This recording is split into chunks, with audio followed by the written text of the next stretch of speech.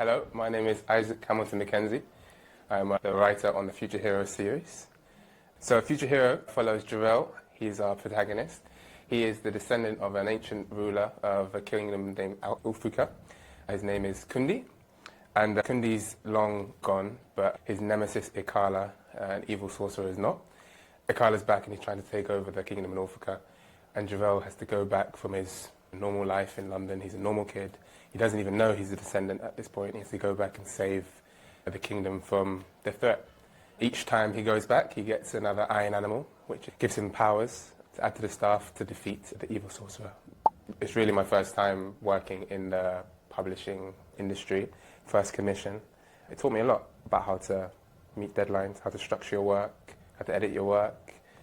It's just an experience to learn and sharpen my writing skills, so I'd say, yeah. I'd say I've always liked storytelling in any format, and I think, expressing that in words, with words, has always been something that's interested me.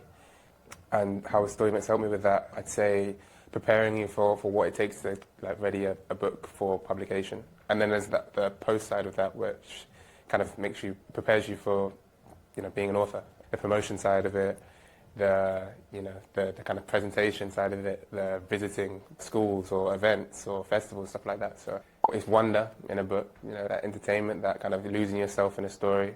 Definitely, I'd love that to be some sort of impact for readers. Creative process, I'd say it's interesting because I've recently got something of my own commissioned myself.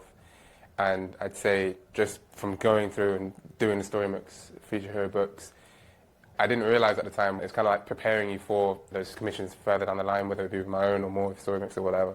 But like receiving edits or working on specific scenes, dialogue and stuff like that, and what might be appropriate for a certain book or what might not be appropriate, what might be more kind of inducive to sales or, loads of different aspects of how just to write and also how to write for other people, because it's easy to write for yourself sometimes, but not always for an audience.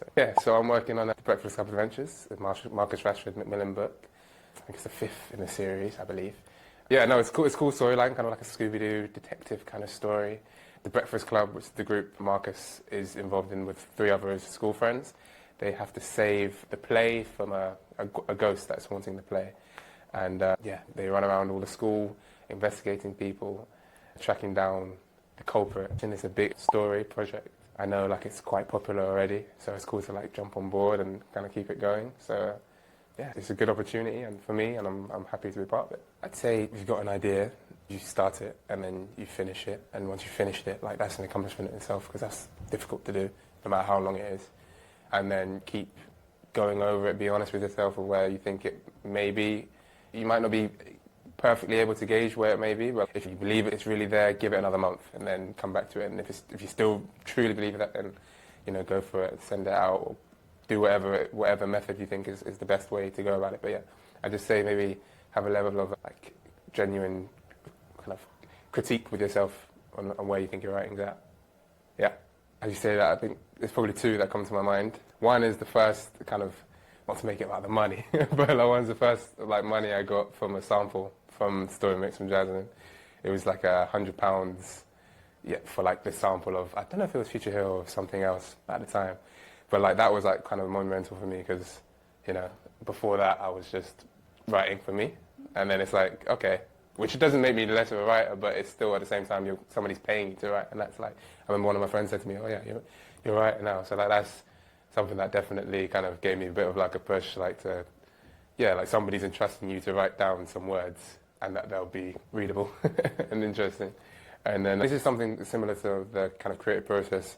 I remember during one of the editing stages, Benjamin, one of the editors, talked to me about chess pieces in a certain scene and where your characters are, and refreshing the idea of the character in a particular scene or in a story, whether you're not necessarily focused on them specifically. So if you're focused on your protagonist, everybody else should be actively engaged in the story. So I'd say that's something that kind of kept with me.